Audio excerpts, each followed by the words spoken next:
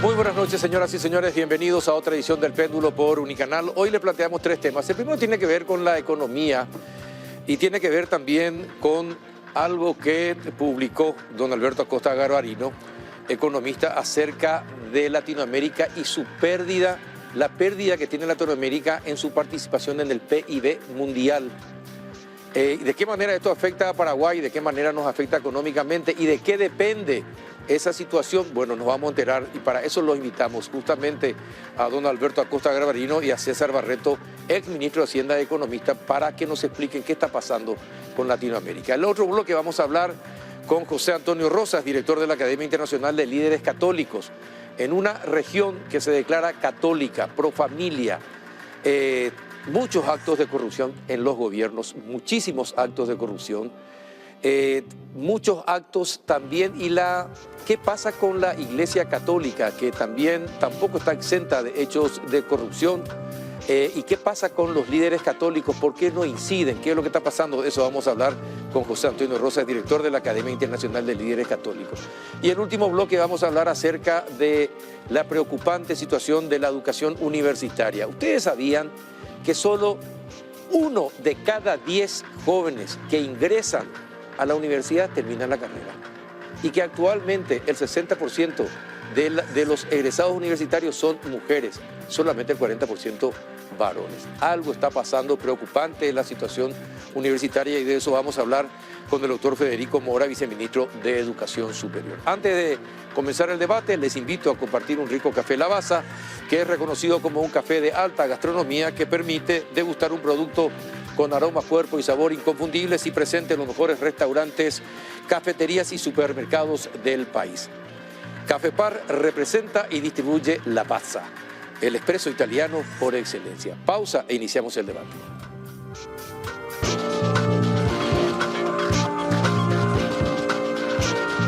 Buenas noches, don Alberto Acosta Garbarino, ¿cómo anda? Buenas noches, Carlos, también buenas noches, César. Realmente es un placer estar contigo y conversar esta... Al contrario, para mí es un placer tenerlo. ¿Qué tal, don César Barreto? ¿Cómo estás? Muy bien, Carlos, gracias por la invitación. No, gracias por aceptar. Les agradezco de corazón que acepten siempre estar con nosotros. Bueno, interesante el artículo publicado en Última Hora. Latinoamérica pierde peso en la economía mundial. ¿Por qué? ¿Y de qué manera? ¿Y de qué manera eso afecta a Paraguay dentro de Latinoamérica? Bueno, el tema que escribí el domingo estuvo un poco inspirado en la asamblea de CEAL. CEAL es el Consejo Empresarial de América Latina, que hizo su asamblea en Paraguay, un día en Paraguay y 2 días en Argentina. O sea, duró 3 días la asamblea. Ajá. Hizo una escala en Paraguay y 2 días. Y ahí salió la preocupación que tenía el CEAL con la pérdida de importancia de América Latina en el contexto de la economía global. Una pérdida que viene de hace mucho tiempo, no es que ahora nomás. Recordemos, Carlos, que cuando termina la Segunda Guerra Mundial, todo el mundo miraba a América Latina como el continente de la esperanza. Era el continente que no había sufrido la guerra mundial. Asia fue devastada por la guerra, bombas atómicas en Japón, después vino la guerra de Corea, la guerra de Vietnam. Asia fue devastada, Europa fue destruida en la guerra, ¿verdad? Entonces, parecía que América Latina era el continente donde iba a venir el desarrollo, porque tenía todo, tenía un continente con recursos naturales abundantes, tierra fértil, minerales, una población europea importante, no había grandes conflictos militares, entonces parecía que teníamos todo para desarrollarnos. Pero no ocurrió eso, primero tuvimos guerrillas, con todo el tema de la Guerra Fría, hubo enfrentamientos en América Latina, en Cuba, en Nicaragua, en fin, en gran parte de la región. Y por otro lado, entró el virus del populismo en América Latina, ¿verdad? Podemos citar, en Brasil estuvo Getúlio Vargas, en Argentina estuvo Perón, ¿verdad? En Paraguay Stroessner, dictaduras militares. Sí, dictaduras. Entonces, básicamente América Latina desperdició todas esas condiciones que tenía extraordinarias Y bueno, uno crece básicamente si hay inversión, ¿verdad? Y la inversión viene cuando el país ofrece atractivos y es competitivo, ¿verdad? Y América Latina en ese sentido nos hemos quedado, nos hemos hecho, es un continente grande, muy poco integrado, posiblemente es uno de los continentes menos integrados. De irte de Asunción a La Paz o a Lima o a Bogotá, no hay camino, no hay... Entonces es grande, dividido por una cordillera en el medio, allá al norte tenés la Amazonas, ¿verdad? Entonces es un continente grande, poco integrado, dividido también entre dos mundos, el mundo portugués y el mundo de habla hispana. También hay una gran separación.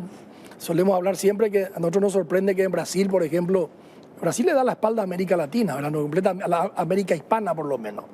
La élite brasilera conoce muy poco de lo que pasa en la parte de habla española, ¿verdad? Entonces, mira más a Estados Unidos, ahora a China, ¿verdad? Entonces, este continente realmente desperdició esa oportunidad. Y lo peor es que vemos que los otros continentes se han ¿Está más pobre América Latina que Asia? Hace 20 años, 30 años atrás. No más pobre, hemos crecido, hemos avanzado, pero esta pues es una carrera donde todos se mueven y América Latina cada vez queda más rezagada, ¿verdad? Es la que crece menos, ¿verdad?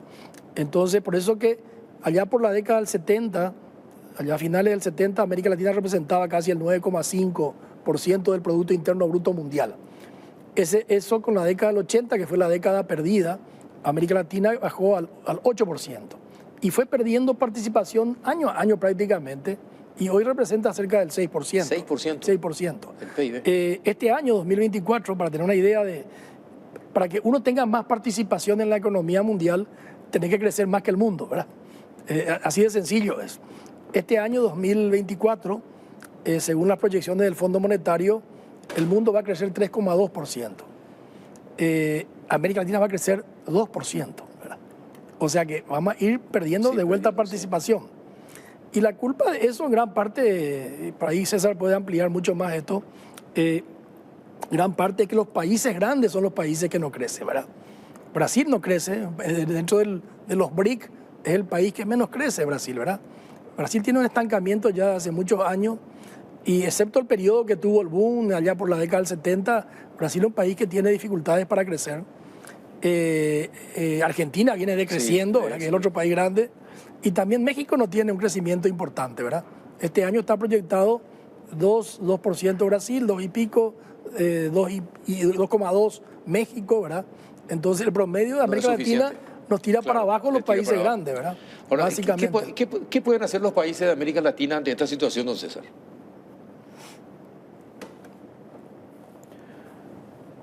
Y por lo menos tratar de tener políticas pro crecimiento, digamos, ¿verdad? Complemento un poco lo de Alberto. En nuestra región, allá por la década del 50 más o menos, abraza una estrategia de desarrollo que se llamó, que se resumió en una política de sustitución de importaciones, ¿no? Que nos fue convirtiendo en países con economías cerradas y finalmente como cada uno de los países era cerrado, el conjunto de la región terminó siendo como un país, una zona cerrada, a diferencia de los países asiáticos que abrieron sus economías, promovieron sus exportaciones en todo el mundo, se integraron con las cadenas de valor de los países desarrollados, especialmente de Estados Unidos y también de Europa.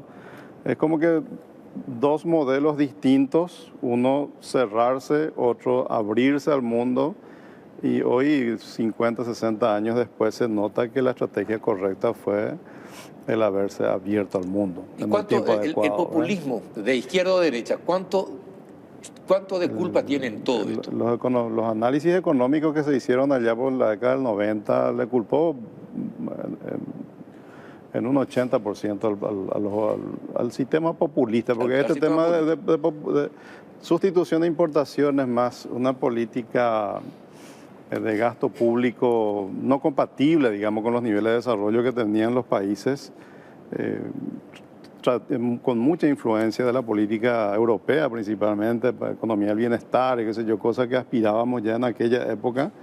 que para ellos eran posibles porque ya eran países desarrollados, pero países en desarrollo que estaban empezando, no había condiciones para establecer economía de bienestar ni políticas de redistribución. Entonces, no sé si obviamente la sociedad siempre quiere todo, digamos, ¿verdad? Pero cuando los líderes políticos responden de manera insostenible a ese tipo de requerimientos, obviamente que son errores políticos y de que se convierten en políticas económicas y sociales equivocadas y que a través del tiempo, eso solamente se nota con 2, 3, 4 décadas, pasaron 4 décadas y al final terminamos peor de donde empezamos nosotros. O sea, todas las aspiraciones que teníamos al inicio, por ahí mejoraron un poquito al principio, pero después terminamos exactamente igual o peor de donde empezamos. Entonces, eso es lo que nos pasa, digamos.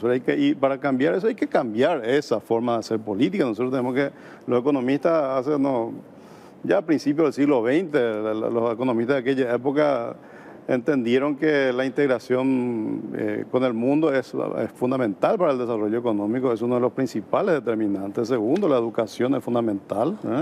Y tercero, obviamente, la infraestructura en términos de logística para poder que esa integración sea de una forma eficiente, ¿verdad? Y políticas macroeconómicas predecibles, ¿verdad? Pero un conjunto de cosas que ya a principios de 1900 ya estaban, digamos, ¿verdad?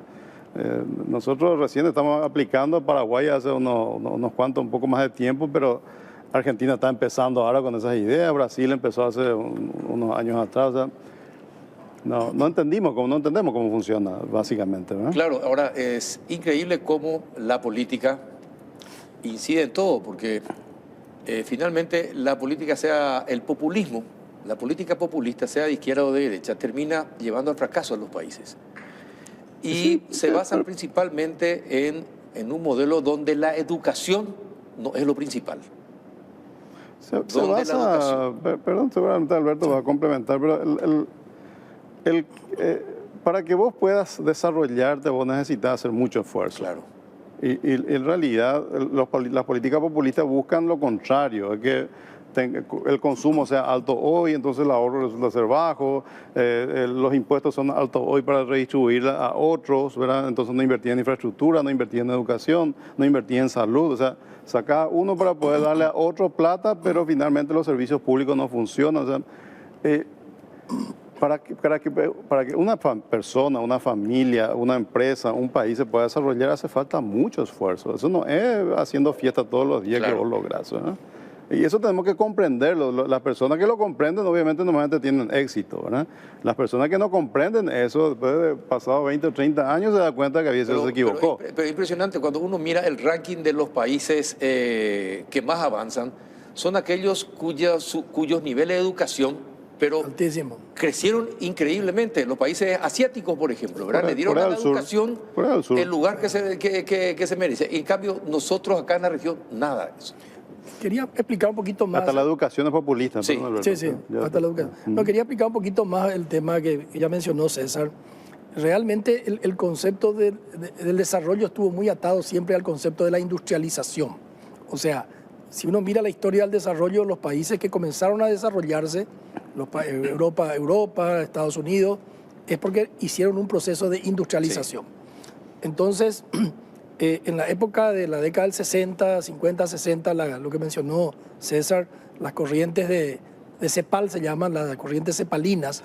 CEPAL era el Consejo Económico de América Latina, ¿verdad?, de las Naciones Unidas. Decía de que había que industrializarse. Y cómo había que industrializarse era protegiendo, prohibiendo la entrada de productos industriales, sí, de manera que se fabrique acá localmente, ¿verdad? O sea, lo que hicimos es comenzar a tener industrias muy ineficientes, protegidas, ¿verdad? Y eso fue totalmente diferente a lo que hizo Asia. Asia hizo al contrario.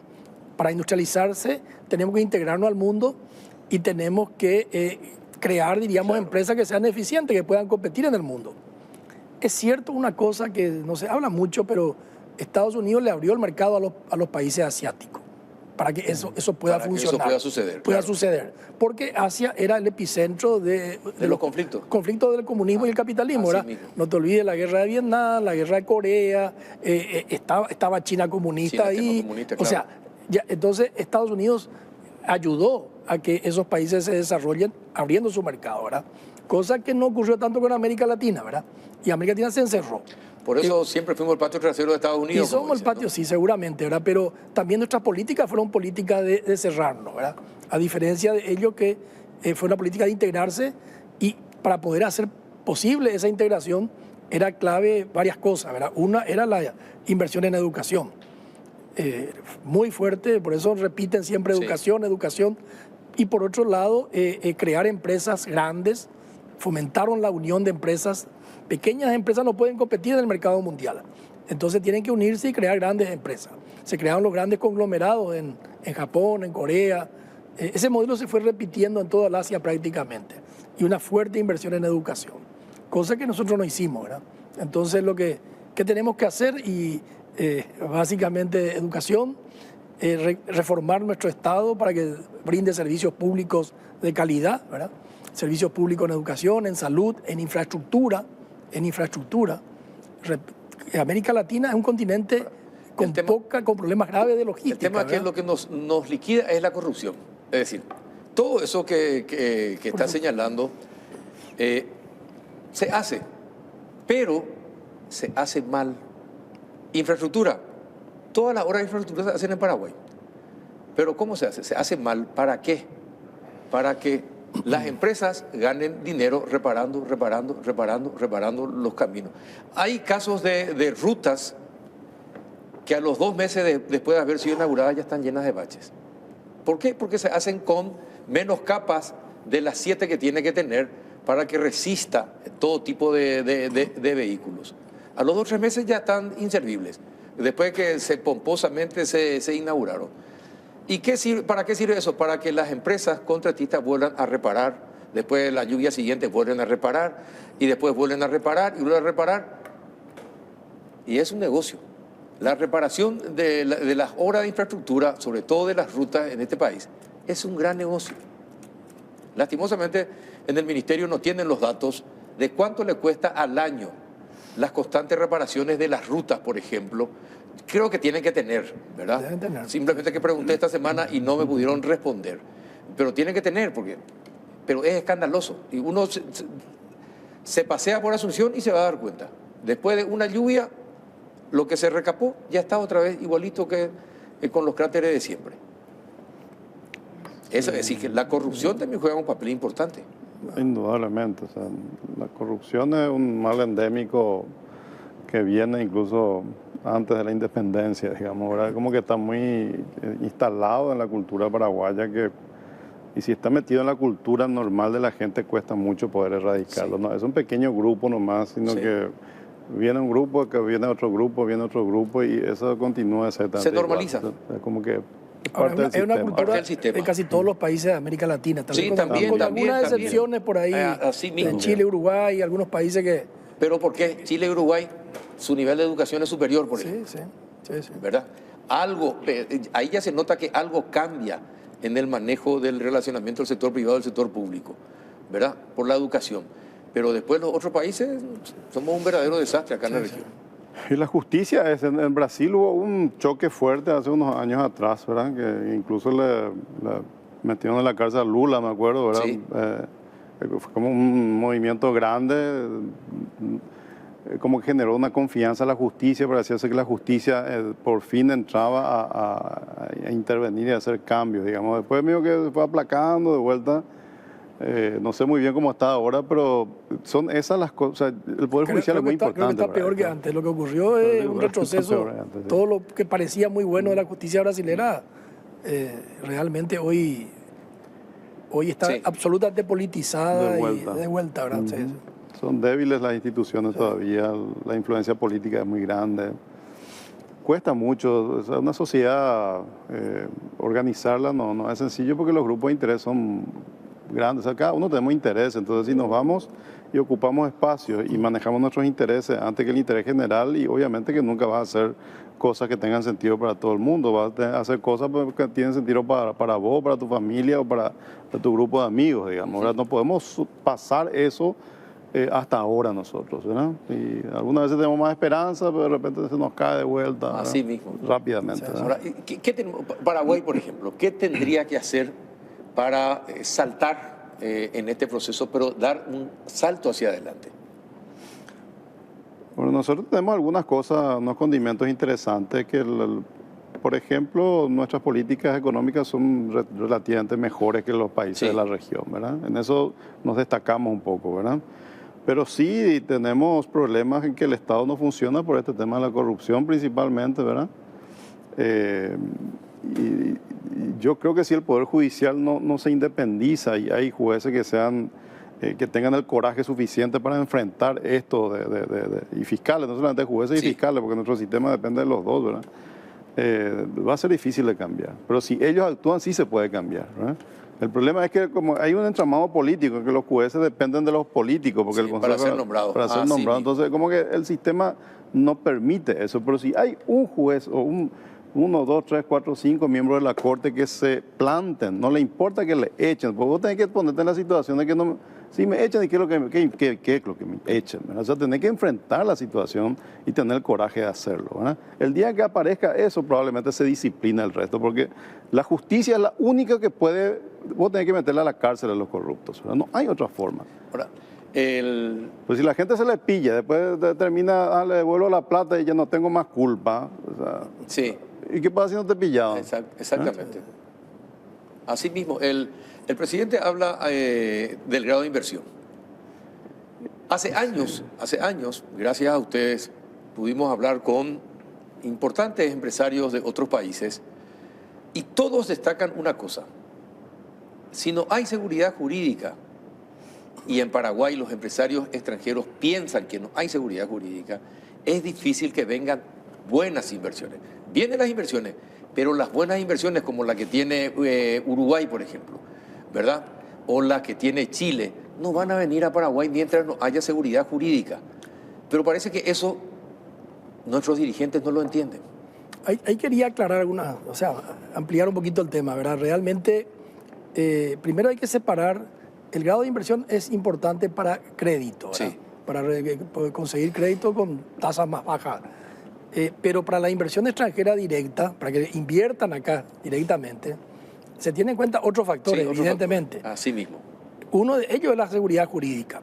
Ahora, la seguridad jurídica no es tampoco solo solamente el Poder Judicial. Sí, obvio. También el Congreso, ¿verdad? Sí, también. Porque si yo son los que elaboran las leyes y los que te cambian las reglas de juego y el cuando Ejecutivo quieren. también, que en esto te pueden cambiar las reglas desde una resolución, una reglamentación del Ejecutivo, como ha ocurrido, que te cambia la regla con la cual vos viniste a invertir, o el Congreso te quita una ley que te afecta a tu... Entonces, nuestro problema de seguridad jurídica es, por un lado, el Poder Judicial, pero también es un poder legislativo anárquico, ¿verdad?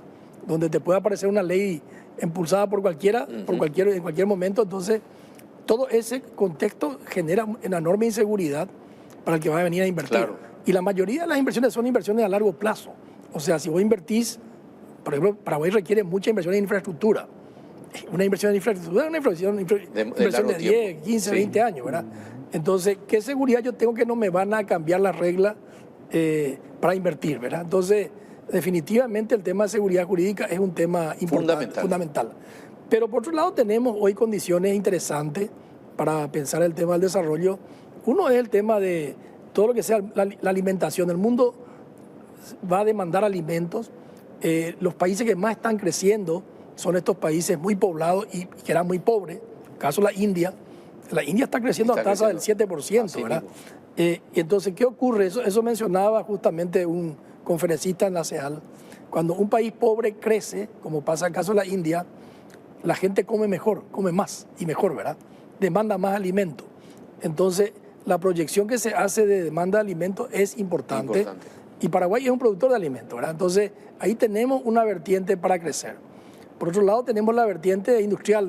Paraguay es competitivo con respecto a Brasil. Brasil es un país realmente con una presión tributaria del 33%. Me dijeron que tiene como cerca de 20 y pico mil impuestos diferentes.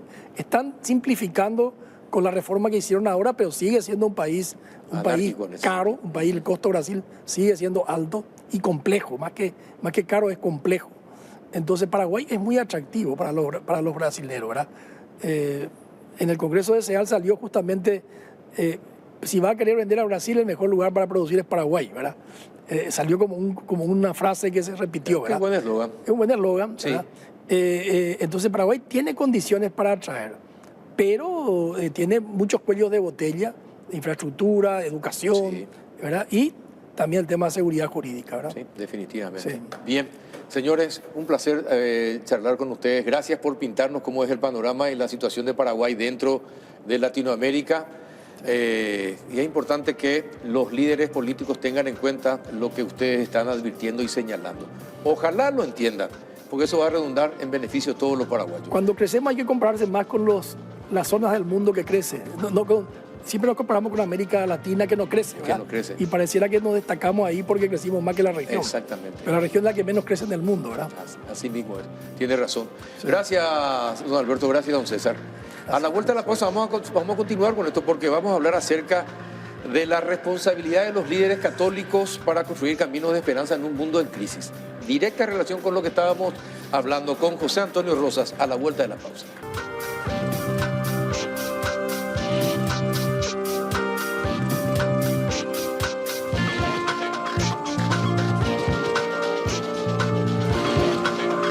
¿Qué tal, don José Antonio Rosas, director de la Academia Internacional de Líderes Católicos? ¿Cómo anda? Buenas noches. Buenas noches, Carlos. Muchísimas gracias por la invitación. No, gracias por venir nuevamente. Ya estuvo acá para presentar justamente este congreso y estas charlas acerca de la responsabilidad que tienen los líderes católicos de construir caminos de esperanza en un mundo en crisis. Bueno, ¿qué tal todo? Muy bien. Hace 6 meses arrancamos la Academia de Líderes Sí. Católicos aquí en el Paraguay, que para recordar a quienes nos están viendo es un centro internacional de formación de líderes de la Iglesia Católica, presente en 15 países, en 3 continentes, en África, América y Europa, que lo que nos dedicamos es a formar una nueva generación de líderes que transforme la realidad política, social y económica de sus países. Bueno, en Paraguay arrancamos hace 6 meses, ahora he venido a la conclusión, a la graduación de la primera generación. De la primera promoción. Y el próximo año vamos a tener muchos más actividades y más programas de formación para chicos escolares, universitarios y profesionales. Ajá. Bueno, ¿qué pasa en el mundo con el catolicismo, con el católico, con el que se dice ser líder católico? América Latina es básicamente católica, es básicamente pro familia. Paraguay es ampliamente católica y pro familia. Pero, sin embargo, el grado de corrupción estatal y social en general, no solamente estatal, social, es muy elevado. Es muy elevado. ¿Qué pasa con los líderes católicos? ¿Por qué no pueden influir en las políticas públicas y contener la enorme corrupción que existe en nuestros países? Uno se da cuenta de lo que pasa en Venezuela, también lo que pasa en Colombia, lo que pasa actualmente en Ecuador también, en Perú también, denuncias de presidentes robándose relojes y compañía, los hechos de corrupción que se denuncian acá en Paraguay, todo lo que pasó en la Argentina y se habla, lo que hoy un exministro mexicano condenado a 38 años de cárcel en los Estados Unidos por colaborar con el crimen organizado. ¿Qué está pasando? ¿Qué pasa? Y no solo cualquier ministro, era el ministro de Seguridad Pública de México. Y que ahora se ha comprobado que era empleado de un cártel de droga. Así mismo. El Latinobarómetro, que es el quien mide la opinión pública del continente, en el último informe que presentó la estadística de 20 jefes o exjefes de Estado que están procesados en la cárcel por corrupción en el continente. Bueno, y eso con respecto a la Iglesia Católica, ¿qué nos toca? El Papa Francisco hace algunos años se preguntó públicamente cómo es posible que en un continente de mayoría de bautizados tengamos gobiernos con problemas de corrupción que estamos viviendo. Pues la respuesta es un problema de identidad. El mismo Papa nos lo ha señalado. Hemos tenido muchas veces un cristianismo cultural, superficial, gente que se dice cristiana superficialmente por la fiesta, por lo social, por el matrimonio, pero realmente no está viviendo la vocación cristiana. Y ahí tenemos una tarea pendiente por realizar, y es que los cristianos vivamos nuestra identidad cristiana en medio del mundo de las tareas políticas. Y en eso está la academia. Tratamos de estar formando un compromiso social y político desde una identidad profunda cristiana. Ahora, pero el tema es que uno ve las confrontaciones o lee o escucha las confrontaciones políticas de los líderes políticos y hay una total intolerancia. No hay tolerancia, no se ve el bien común, sino se ve el bien del grupo, del partido, del movimiento del partido, pero no el de toda la sociedad. Así es, Carlos. De hecho, el Papa Francisco en la Fratelli Tutti, un libro que él publicó hace unos años, textualmente dice: hoy se está privilegiando el mecanismo de exasperar, exacerbar y polarizar, ridiculizando al enemigo. Vivimos una época de tremenda polarización, un maniqueísmo dividiendo todo en blanco y negro. Se acaba de publicar en España la versión en castellano de un libro que se publicó en francés por el editor de Le Figaro y se llama El coraje del matiz. Y entonces lo que el libro señala es que hoy requiere mucha valentía los matices, no dividir la realidad en blanco y negro. En esta época de polarización, con respecto a nosotros, los cristianos o los católicos, la responsabilidad que tenemos es la de construir puentes, bajar los decibeles a la polarización y al maniqueísmo. La realidad es mucho más compleja que un blanco y un negro. La realidad es multicolor y la realidad uno la va descubriendo no solo. En ese sentido, el Papa Francisco y los cardenales nos han invitado a que los líderes católicos tienen que ser los protagonistas del diálogo con gente no necesariamente cristiana o católica. Nosotros en la iglesia no venimos a imponer o a tener una voz hegemónica en la sociedad. Lo que queremos es proponer nuestra mirada sobre la sociedad que tenemos desde el Evangelio y descubrirla con otras miradas en la realidad. El bien común se construye en conjunto y no solos. Pero, ¿cuánto de todo esto también es educación? No solamente educación religiosa, sino educación social también. ¿Cuánto de todo esto es? Porque hoy los líderes políticos no hablan, se gritan, ¿verdad? No hay tolerancia. El Latinobarómetro ha demostrado que los líderes políticos en la mayoría de los países de América Latina, fundamentalmente, y en Sudamérica, solamente sirven a sus propios intereses y no al de la sociedad.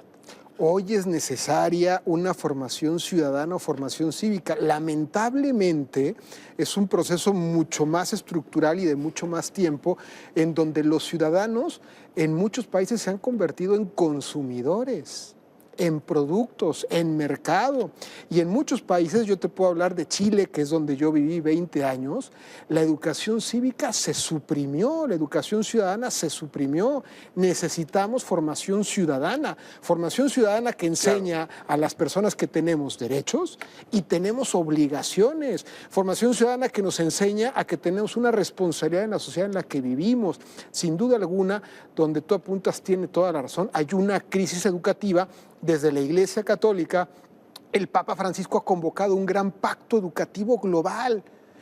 El Papa Francisco le llama que estamos en una catástrofe educativa, en donde el centro de la educación y del educando de la persona se ha hecho a un lado y en lugar de eso hemos sido presa del famoso modelo de competencias. Muchas universidades privilegian el modelo de competencias, que es bastante válido.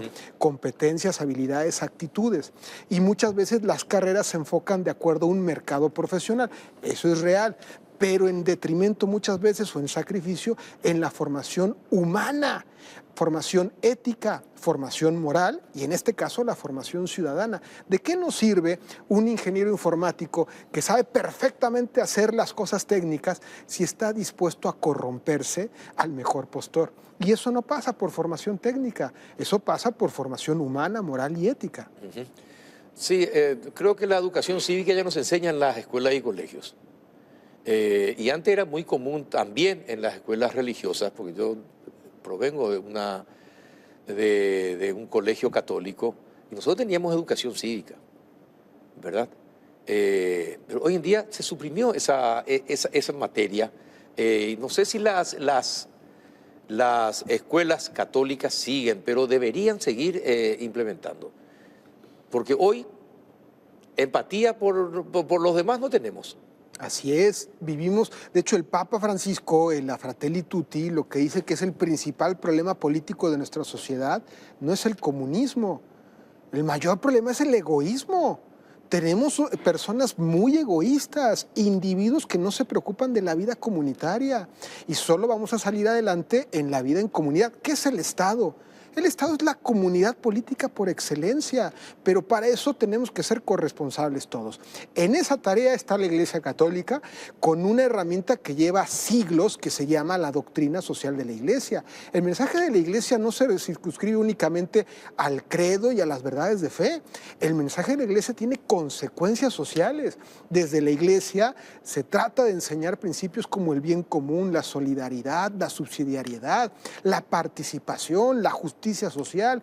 Eso es formación social. Ahora, pero también, a ver, ¿qué pasa con la Iglesia Católica en América Latina? Anteriormente, en años anteriores, era mucho, no sé si decirlo más valiente, pero era más participativa, enfrentaba y decía las cosas como eran y cómo ocurrían. No ocultaban ni se callaban, las gritaban para que la gente entendiera lo que está pasando, porque lastimosamente en un país como Paraguay, donde tenemos un elevado porcentaje de gente que no comprende las cosas, se habla de tenemos un analfabetismo funcional cercano al 70%, escucha pero no comprende lo que le están diciendo.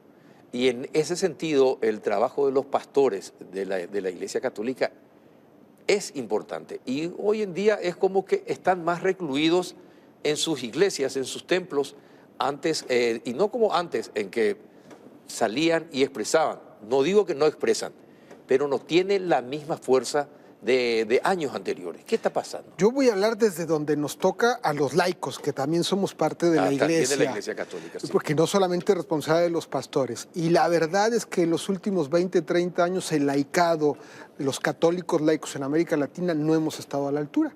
Nos hemos quedado callados frente a muchos problemas, nos hemos vuelto individualistas, comodinos, frente a una sociedad del progreso que efectivamente la pobreza en el continente en muchos países se redujo, Chile se redujo a la mitad antes del año 2000, eso nos aletargó.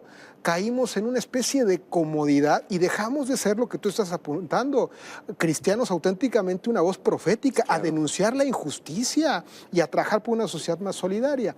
Ese déficit está en general en todo el continente porque la Iglesia dejó de formar en un compromiso social. Decía San Juan Bosco que un buen católico es un buen ciudadano. Ahora, el momento en el que estamos hoy, yo te quiero decir que estamos en un renacer.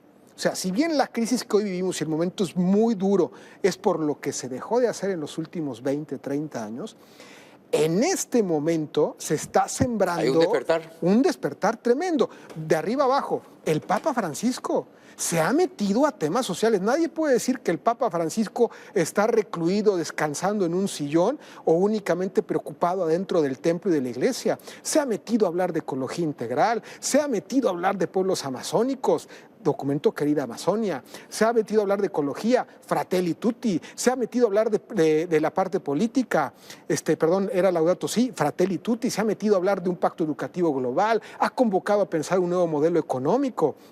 Pero no solamente el Papa Francisco, el Papa ha empezado a nombrar una serie de pastores y cardenales en el mundo con otro talante. Aquí no hay que ir muy lejos. Ustedes en Paraguay tienen un extraordinario pastor. Don Adalberto es un hombre que... ¿Pudo conversar con él en estos días? Sí, yo lo... ¿Sí? Mire, ¿Se puede saber de qué hablaron? Nosotros, cuando digo nosotros es en la academia, en Estados Unidos, en México, en Roma, tenemos una gran admiración por don Adalberto. Don Adalberto vivió, sabe lo que es ser migrante. No sé si ustedes sabían que él fue migrante en Estados Unidos y la sufrió de migrante. Y ahí conoció la vocación. Ahora que yo he platicado con él, que no es la primera vez que yo lo conocí fue en Nueva York.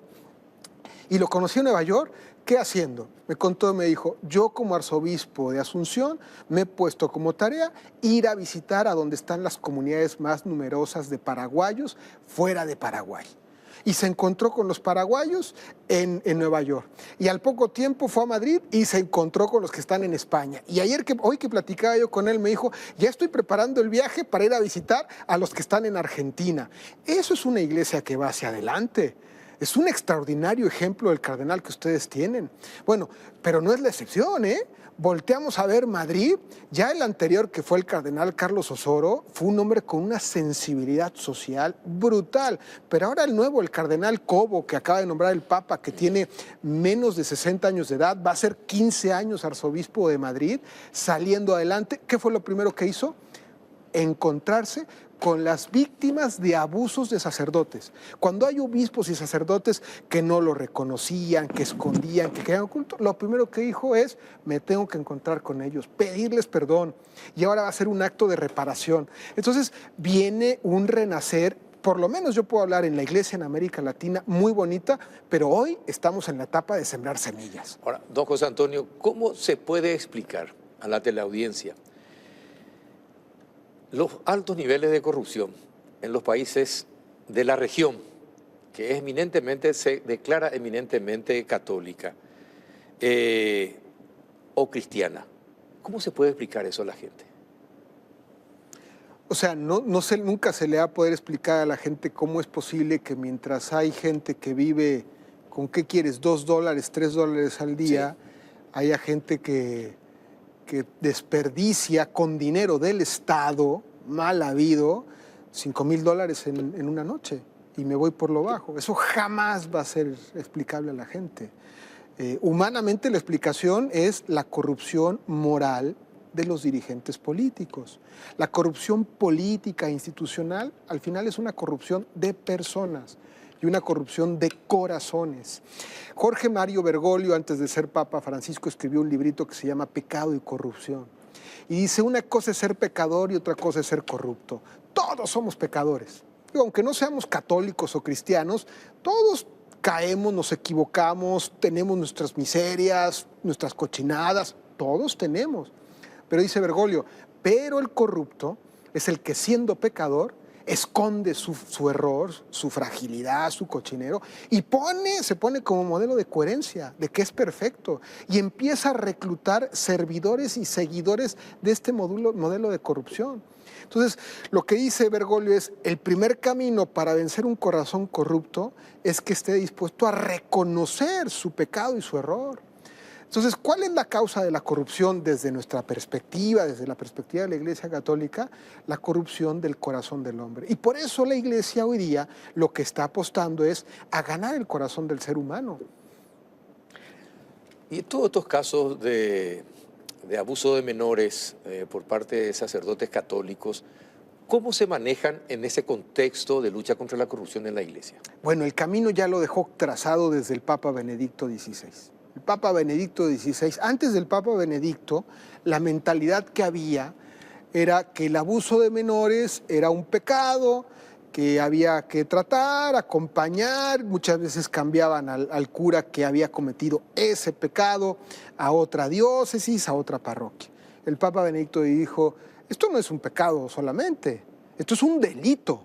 Y lo primero que tienen que hacer es, tienen que dar cuenta como delincuentes.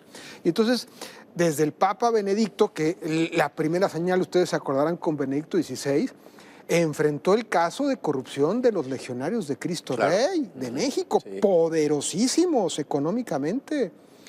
En ese momento había quien protegía al fundador, a Marcial Maciel. Pues fue Benedicto XVI el que lo recluyó, le quitó el ejercicio del ministerio. Claro que mucha gente hubiera querido que fuera más pronto y más expedito, pero había toda una maquinaria de corruptos que protegían a esos corruptores. Después, con el Papa Francisco, ha sido todo hacia adelante. No es fácil, creó una comisión, un Consejo Internacional de Corrupción, presidido por el cardenal Sean O'Malley, arzobispo de Boston, ya hoy día emérito, que cuando llega a la arquidiócesis de Boston, ¿qué fue lo que hizo? Vendió la curia para pagar las indemnizaciones de todas las víctimas. Un hombre muy valiente. En eso está la Iglesia Católica. ¿Se puede saber cuántos sacerdotes o ex sacerdotes fueron condenados por este tipo en el mundo católico? ¿Hay alguna estadística al respecto? Desconozco, no tengo la información. Debe de haber una estadística en la oficina que está en el Vaticano, que es esta Comisión Internacional de Protección de Menores, pero la desconozco como tal. Ajá. Y sí, es decir, como dicen, somos seres humanos y tenemos pecados. Sí, pero hay otras cosas que Pero son hasta delitos. los delitos son imperdonables. Ahora, por lo menos que lo paguen, que paguen el delito como corresponde. Pero los últimos pontificados se está haciendo mucho. La última que acaba de hacer el Papa Francisco intervino el Sodalicio de Vida Cristiana, que era otra organización poderosísima en Perú, incluso con universidad, y no es el cardenal, no es el Papa Francisco, es el Papa con el cardenal Barreto y varios obispos más que intervinieron. Incluso hoy día se está evaluando si se disuelve esa sociedad. Acaban de expulsar de esa sociedad públicamente a 10 miembros. El fundador fue destituido, expulsado por completo. Mejor el Vaticano lo sentenció que las instituciones judiciales de Perú al día de hoy no juzgan a este delincuente, a Luis Fernando Figarí. ¿Por qué? Por los contactos poderosos que tiene para evitar ser enjuiciado. Porque en algunas legislaciones, desconozco en Perú, se apela a que ya no se puede procesar, porque pasó vigencia. Ya pasó el tiempo para... Ya pasó el tiempo. La Iglesia ha quitado ese límite, por ejemplo. Sin embargo, todavía nos queda mucho por hacer y además, hay que ser claros, siempre va a ser mucho más escandaloso y doloroso un caso de abuso al interior de la Iglesia que un caso de abuso fuera de la Iglesia. Nunca va a ser pretexto o justificante de, es que hay 10 abusos en colegios no católicos. Sí. El que ocurre en la Iglesia es el más escandaloso porque el lugar donde tiene que estar más seguro, protegido y más seguro es la Iglesia, porque es el lugar que fundó Cristo. Bueno, esa perspectiva es la que el Papa nos ha transmitido y en la cual están muchos cardenales, partiendo por el cardenal Adalberto. Ajá. ¿Y cómo ves, cómo ven a Paraguay?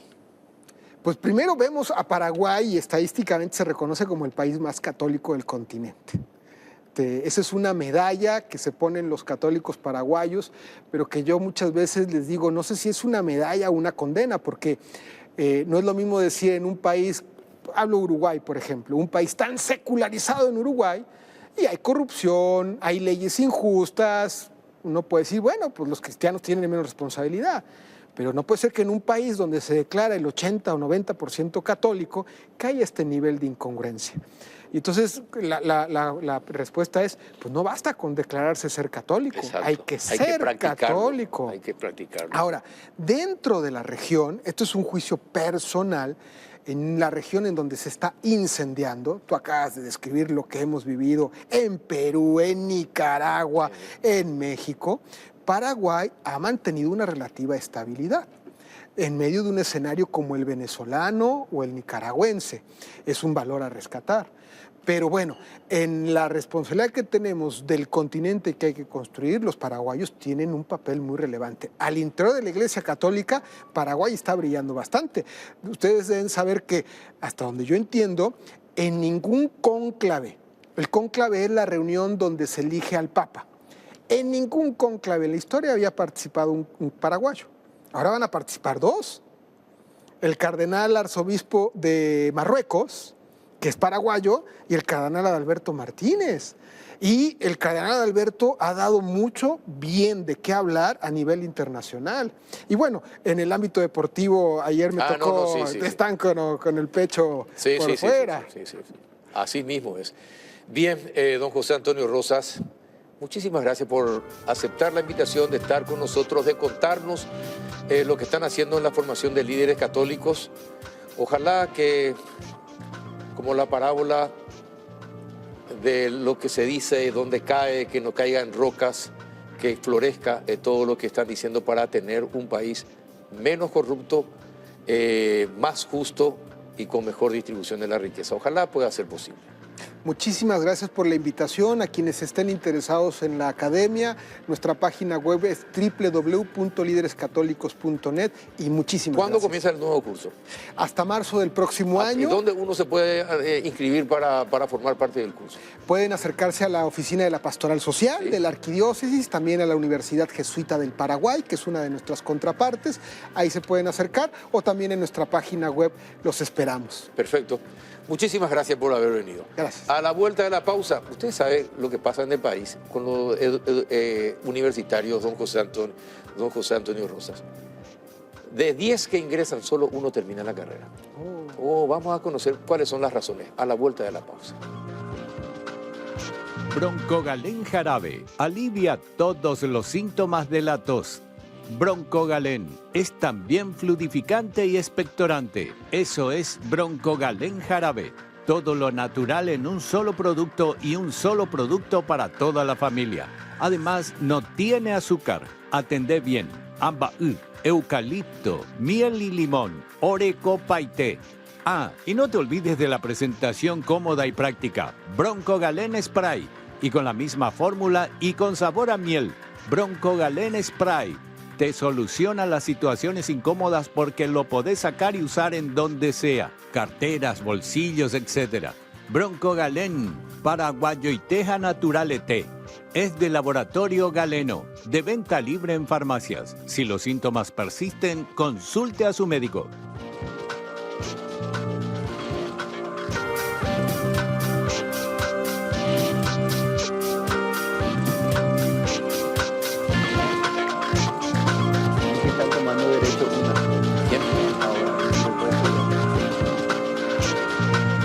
¿Qué tal? Buenas noches, doctor Federico Mora. ¿Cómo anda?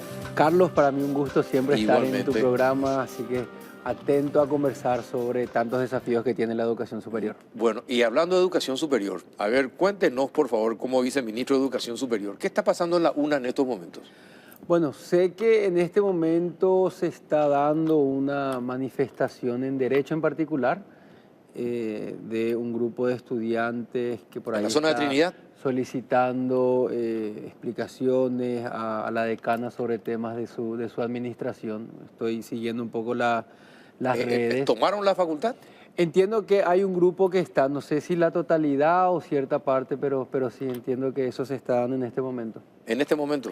¿Y la intención de ellos es quedarse en la facultad hasta que tengan una respuesta de la decana? Y entiendo que sí, Carlos. Yo también veo que es un momento importante. La UNA presentó su presupuesto esta semana.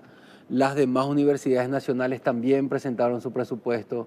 Siempre se busca más de lo que el Estado alcanza. Puede, claro, lo que alcanza. Y hay una serie de, yo creo que análisis que realizar. Nosotros hicimos una encuesta para conocer cuánto cuesta la educación superior en nuestro país. Habías anticipado también las cifras de éxito y de deserción que tenemos dentro del sistema. Hay un registro único del estudiante en pleno desarrollo para brindarnos datos que nos permita tomar políticas con evidencia en mano. Entonces yo creo que es un proceso que tiene que seguir construyéndose. Yo creo que es un momento importante en la educación superior para revisar también lo que hay. Veníamos de una situación donde se puso en cuestionamiento inclusive titulaciones. Venimos de un escenario donde está en pleno proceso de investigación las carreras de medicina. Así mismo. Y venimos de un proceso donde queremos también sofisticar a nuestra educación superior. El MEC presentó un cambio de ley al CONES, hoy lo preside el MEC, el Consejo como tal, y dentro de eso una serie de desafíos con una agenda yo creo que muy bien marcada, Carlos. ¿Es cara la educación superior? ¿Ser estudiante universitario es caro para el estudiante? Es caro. Es caro porque cuesta en promedio, y digo en promedio porque puede variar entre carreras, universidad pública, privada, etcétera, pero está entre un salario mínimo, 2.700.000 a 2.200.000, dependiendo incluso del punto del país. Y eso hace que el estudiante entre en esta lógica de estudio y trabajo. Entonces, claro, tenés un estudiante que todo el día, hasta las 4 o 5 de la tarde está trabajando, toma luego un bus media hora, 40 minutos, va a clase hasta las 10 de la noche, termina agotado, termina quemado. Uno dice en qué momento hace su estudio particular, pero también sabemos que sin esa posibilidad de trabajar no va a poder financiar. El segundo nivel de apoyo es el familiar, en un 35%, pero por supuesto las familias que pueden y cuando pueden muy bien, pero también sabemos que pasa algo en la familia y el primer afectado es el estudiante que debe dedicarse de forma Tenemos completa. placas sobre eso, ¿no? Tenemos mucha información al respecto. Vamos a ver si podemos ir explicando las placas para que la gente entienda lo que es la educación superior actualmente en Paraguay. Hicimos, te cuento, una encuesta de alcance nacional con todas las características. ¿Esto qué es, por ejemplo? Bueno, aquí lo que estamos hablando es primero de la caracterización de los estudiantes. La edad, en un 62% está en ese rango entre 18 y 24 años. Sí. Entonces, cuando hablamos de gente que trabaja, estamos hablando de un joven posiblemente con su primer empleo. Su primer empleo, En sí. muchos casos todavía sin ganar el salario mínimo, en muchos casos no formal también. Esto es importante para saber las condiciones en las que el estudiante estudia y trabaja. Ajá. Hay más mujeres dentro del sistema, este es un fenómeno que ya se viene consolidando. ¿Sí? Sí. Inclusive a nivel de la educación de posgrado. ¿Hay un gráfico de eso? Sí, aquí tenemos, hay un 65% de participación de las mujeres en la anterior, frente a un 35% El de anterior, hombres. poner el anterior. Así Ahí mismo. está, ahí está. Luego tenemos la franja etaria también. Ahí están mujeres Eh, y hombres, sí. Sí, y en el departamento de residencia, una gran concentración donde esperamos luego. Central, sí. Alto Paraná, Asunción, Itapúa, Caguazú es un centro importante también académico, El Guairá es un centro importante, que son las cabeceras departamentales Sí. donde están también o una universidad nacional ya con varios años o la católica también marcando Sí, presencia, exacto. que luego en estos 30 años se fue acompañando de muchas otras privadas en todo el territorio. Ujú. Bueno, ahora, 2.700.000. Sí. Bueno, ¿cuántos terminan? Los que terminan el colegio, de los que terminan el colegio, ¿cuántos ingresan a la facultad y cuántos terminan? Mira que es muy difícil hoy hablar de que 1 de cada 10 termina, Carlos. Me refiero a quienes ingresaron al año 1 de carrera, Sí, de carrera. y van a graduarse. Sí. 9 se quedan por el camino. La media en América Latina es 5. Cinco. Es la mitad. Sí. Entonces, lo que nosotros vemos, y hay otras gráficas que refieren, es en la necesidad de reacondicionar el apoyo que brinda el Estado. El arancel cero, hay que revisar el arancel cero. Muchísimo se habló este año, tuvimos movilizaciones, o sea, es que no llega al más del 10%. No es un elemento central en el financiamiento. Es altamente simbólico, pero no es central en el financiamiento. Nosotros hoy vemos que un 11 a 12% accede a becas. Ahí, esta es la gráfica, donde dentro de eso, montos importantes. A ver si podemos, ahí está. Aquí, un 12% accede a ayuda del Estado a través de becas, pero solamente en torno a un 5% con un monto mayor a 4,5 millones. Luego son mini becas. 87% no recibe hoy asistencia del Estado. Como te decía, si sumamos gratuidad por arancel cero más becas, está en torno al 10% del total de estudiantes. 11,4%. Y hay que decir algo más. Solamente el 30% de la matrícula es de universidad pública. O sea, la cobertura de la universidad pública en el Paraguay es muy baja. El 70% de la cobertura es de universidad privada. ¿Sí? Es decir, cuando entra el proceso democrático y se crean universidades con mucha flexibilidad, hay que decirlo, en los últimos 25 años, la universidad privada superó ampliamente a la capacidad de la pública de llegar a todo el territorio. ¿Sí? ¿Por qué eso? Y porque la pública quedó corta en una estrategia de expansión y de financiamiento que permita ampliar su matrícula. Hoy nosotros nos planteamos y decimos, ¿cómo hacemos para al final de este periodo llegar a por lo menos el 50%? Sí. Reequilibrar y por lo menos la mitad del alumnado esté en una universidad pública. Nosotros necesitamos ampliar la matrícula de la universidad pública, porque hay que recordar, la universidad pública se maneja por cupos. Y ahí también se da una situación. ¿Quiénes acceden a ese cupo, Carlos? Y posiblemente los chicos mejor preparados, por supuesto. Claro. ¿Y quiénes son los chicos mejor preparados? En muchos casos los que vienen de una educación privada. Privada, sí, y los chicos de la educación pública terminan yendo a una privada. ¿Hay algún porcentaje pagando. que demuestre esta situación? Sí, nosotros entendemos, porque cuando vemos que solamente el 10% accede al arancel cero, donde el 30% es universidad privada, un 20% está en universidad privada, pero no accede al arancel cero, no lo solicita. Quiere decir que no requiere de ese recurso. Claro. Sí. Entonces estamos viendo de que efectivamente no está llegando el hijo del pueblo, el hijo de la educación pública, como quisiéramos. Y ahí sí hay un plan interesante que estamos diseñando con universidades nacionales para generar un producto de los 3 últimos años del bachillerato para hacer un propedéutico más intenso. Ajá. A ver si hay esto es, tiene Aquí hablamos detalles de de las universidades carreras. privadas y públicas. Sí. Pero estas son las carreras. ¿Cuáles son las carreras que más cursan los paraguayos? Mira que es interesante, si nosotros vemos en particular ingeniería y tecnología no supera el 5%. No supera. No. Cuando que tendríamos... Ahí debemos poner el foco. poner el Pero foco. por eso es importante tener el dato, porque entonces ahora podemos guiar los incentivos. Lo mismo ciencias agrícolas, donde el Paraguay es altamente Sí, competitivo, competitivo. no supera el 3%. Ajá. Sí. Ahora, si nosotros vemos en ciencias médicas, pero sacamos a las universidades privadas, donde el 95% de los estudiantes son extranjeros, vemos que solamente el 17% hace ciencias de la salud. ¿Sí? Es decir, ahí es donde nosotros tenemos que apretar, porque si vamos a ciencias sociales, donde está, por ejemplo, derecho, estamos en un 60 y tantos por ciento. 77% privadas, imagínate. 22% las públicas. Así mismo. Entonces, ¿qué es lo que nos dice esto? Nosotros necesitamos no solamente mejorar el sistema de apoyo al estudiante, sino también guiar.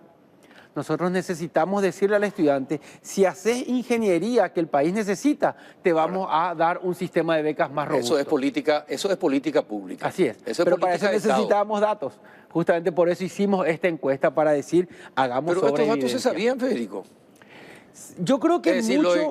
el exceso de contadores, exceso Sí. de abogados, se sabe, ¿verdad? Sí. La falta de ingenieros, arquitectos, médicos, se sabe.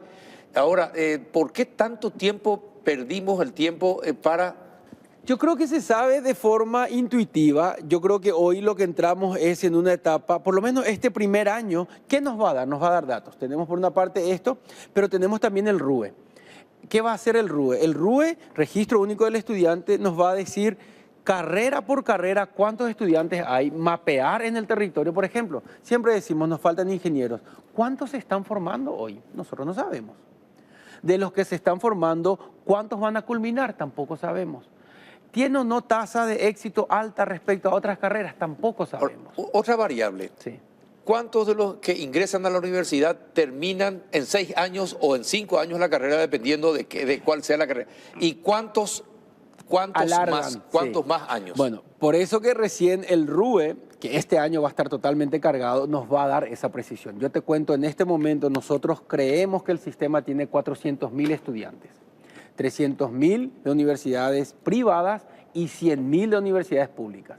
El RUE tiene ya cargado 90.000 alumnos en este momento. ¿Cuántos jóvenes en edad universitaria tiene Paraguay? El 60%. Ah, no, ¿cuántos están hoy dentro del sistema? No, posiblemente el 10%. ¿Qué porcentaje de la población paraguaya está en edad universitaria? De 18 para adelante. Y por lo menos el 40% de la población. De la población. Sí. Ahora, ¿Y cuántos ¿cuántos tenemos? están? Solamente 400.000. Nosotros tenemos 400.000 estudiantes.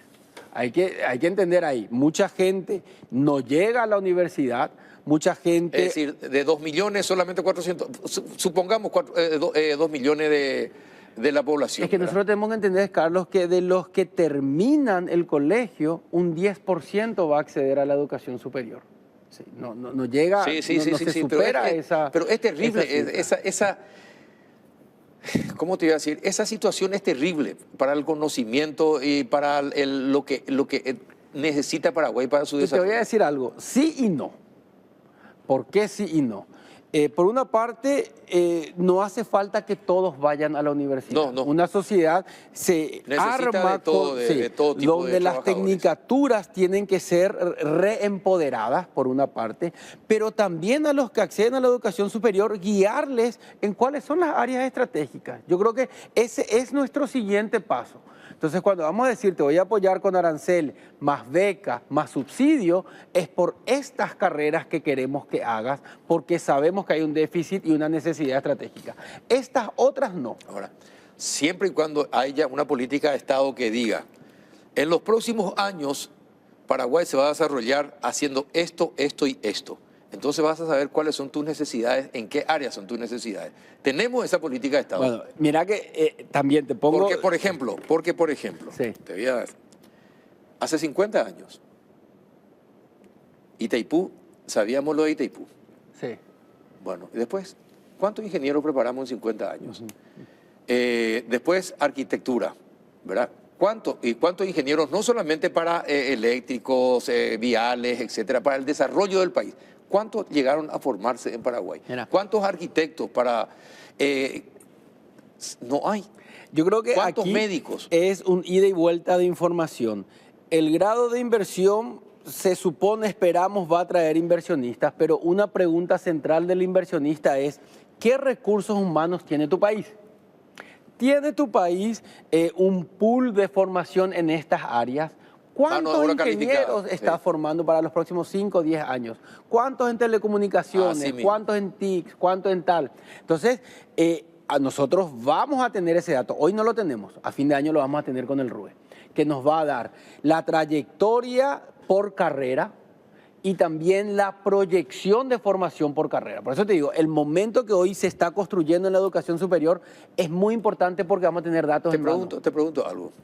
No sé si me vas a poder responder, pero en todos los últimos, a ver, desde 1950 a esta parte, la falta de planificación en materia educativa fue hecha a propósito. Yo no Es creo que... a propósito para que alguna élite política permanezca, perdure en el poder, porque no puede ser que si en el siglo XXI tengamos más de 60% de analfabetos funcionales. pero- Es decir, que pueden entender, pueden sumar, restar, pero no comprenden Sí, mira, su realidad. yo creo que nosotros venimos de un proceso. Vamos a ubicarnos todavía en la etapa de la dictadura. 2 universidades, Sí. Nacional y Católica. Católica. 1960 Sí, sí. viene... Todo ese periodo, básicamente hasta el 92 que se abre el proceso, estas eran las únicas 2 universidades con una muy acotada cobertura Sí. dentro del territorio, Así mismo. con algunas filiales, pero recién en los 90 comienza el proceso de la educación superior en nuestro país o en democratizarse el acceso. Y tuvimos una explosión de universidades, unas 40 que se crean en ese periodo de 30 años. Hoy nuestro desafío es darle orden a eso. Ya no es la cobertura Pero ¿a en quién el territorio. beneficia? Así, la pregunta finalmente es, ¿a quién benefició la falta de educación en el Paraguay? Mira, Carlos, yo creo que como sociedad siempre se pierde, pero también hay que decir, como sociedad se brinda un acceso donde hoy tenemos a los primeros universitarios en muchas familias, sobre todo en el campo. Entonces, ¿qué es lo que yo creo? Yo creo que nosotros estamos en el momento en que hay universidades por todos lados, donde te vas hay una filial, hay que apretar en la calidad.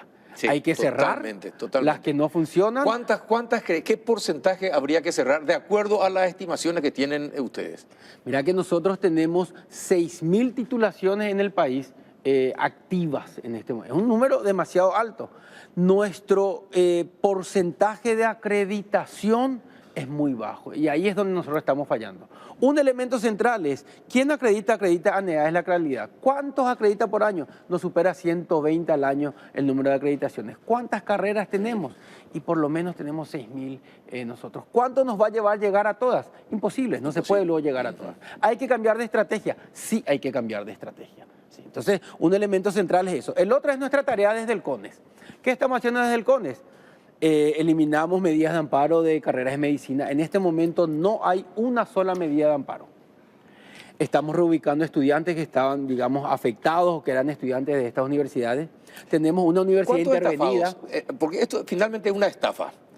¿Cuántos estafados creen ustedes que pudo haber existido con todas estas universidades que la gente denominó de garage para diferenciarla de las otras? En este momento hay posiblemente unos 1.500 activos me refiero a estafados activos, de estas universidades que fueron clausuradas por la cancelación de su medida de amparo. De amparo. Sí. Ahora, sí te puedo dar un adelanto.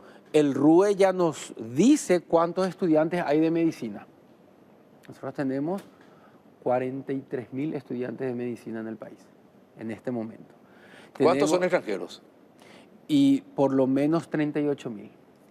El paraguayo es 3.000 y pico. Por lo menos 4.000 a 4.000 a 5.000. Sí. Y tenemos el comportamiento también. En los primeros 3 años hay un abultamiento, hay por lo menos 25.000 estudiantes. Y luego va disminuyendo, se genera un embudo. ¿Y cuántos terminan? Y terminan aproximadamente unos 4.000 al año. Sí. Entonces, y estos son datos ya del RUE, que tiene la Comisión de Medicina que está investigando en el CONES todas las carreras y que nos va a dar medidas para fin de año. ¿Y qué van a hacer? Es decir, legalmente hablando, ¿qué van a hacer con esas universidades que terminamos estafando a la gente? A ver, de nuestra parte, primero las clausuras. En este momento el CONES tiene una universidad en proceso de intervención que tiene una carrera de medicina sin ningún solo papel, ni siquiera medida de amparo. ¿Cuál es esa universidad? Universidad Autónoma de Luque. Pero ¿Ningún ni documento medida, que nada, autorice para...? nada. ¿Y cómo se crearon y Ellos tomaron estudiantes? de motus propio dijeron tengo medicina habilitado y comenzaron a matricular estudiantes sin documentación. O sea, a lo que quiero llegar, Carlos, es que venimos de un escenario donde por una parte esta, por otra parte otras universidades con 3, 4 años con medida cautelar, otra que puso medida cautelar y la eliminamos en 48 horas, que es lo que correspondía hacer también con las otras, y en este momento tenemos 3 o 4 denuncias también en Fiscalía hechas al respecto. ¿Qué tal la Fiscalía y qué tal el Poder Judicial? Yo creo que de la Procuraduría recibimos un apoyo, pero sustancial para estas medidas. La Corte resolvió también revocando las medidas de amparo en 2 casos. Yo creo que dando un mensaje ejemplar también. Y la Fiscalía tiene las denuncias de aquellas que en realidad son estafa, porque dentro de eso había una que no es luego universidad y se vendía como universidad. Como universidad. Sí. Entonces, ahora... Todo eso era posible porque no había un control sobre quién es estudiante y quién no es estudiante. El RUE va a generar ese filtro. ¿Por qué? Porque vas a tener, Carlos Peralta, tu ficha de RUE solamente si estás habilitado en una carrera. Entonces habilitada. Es como una cédula. Si es que no está luego habilitado, no hay dónde cargarte. Entonces, este año al siguiente, muchas cosas van a cambiar en educación superior al tener a vista esta información. Ojalá que no haya personal que me empiece a meter en la computadora. Hay mucha tecnología. Ojalá que con la tecnología se pueda subsanar esa situación que siempre se da. Por ejemplo, de los estudiantes que están en la universidad, ¿cuántos están lejos de sus casas, por ejemplo? Y que también es como ustedes le dicen, desarraigo. Desarraigo, ¿sabes que es menos de lo que se esperaba? ¿En serio? Sí. El 76% estudia en su departamento. Qué bueno, sí. Qué bueno. Ahora, ¿qué es lo que se da? Lo que se da es movilidad dentro de su departamento. Va de un distrito a otro distrito. Sí. Eso, por ejemplo, se da sobre todo en departamentos grandes. Imagínate Caguazú, el 15% hace eso. Caguazú es un departamento muy grande. Muy grande, sí. Y ahí está la Nacional de Caguazú, por ejemplo. Se da en Itapúa un 10%, se da en Canindeyú, donde hay otra nacional también. Se da, por supuesto, en San Pedro, donde no tiene universidad nacional, pero tiene privadas. Se da en Misiones, donde... ¿Qué es lo que nosotros recomendamos entonces por esto? Que las gobernaciones, en vez de otorgar becas, por ejemplo, garanticen el transporte. ¿Qué significa eso? Que a las 5 de la tarde sale del municipio al lugar de la Universidad Nacional un bus y vuelve a las 10 de la noche. Como se pensaba hacer en los distritos con las escuelas, que en vez de tener 4 escuelas en 2 manzanas, tuvieras uno y que hubiera un micro que pudiera transportar. A nivel universitario es mucho más viable porque ya estamos hablando de jóvenes que son mayores de edad, ya tienen, digamos, ese cuidado, más allá de que en la mayoría sean de noche, pero esa es una medida mucho más útil que, por ejemplo, dar beca, porque si no el estudiante tiene que ir en su moto.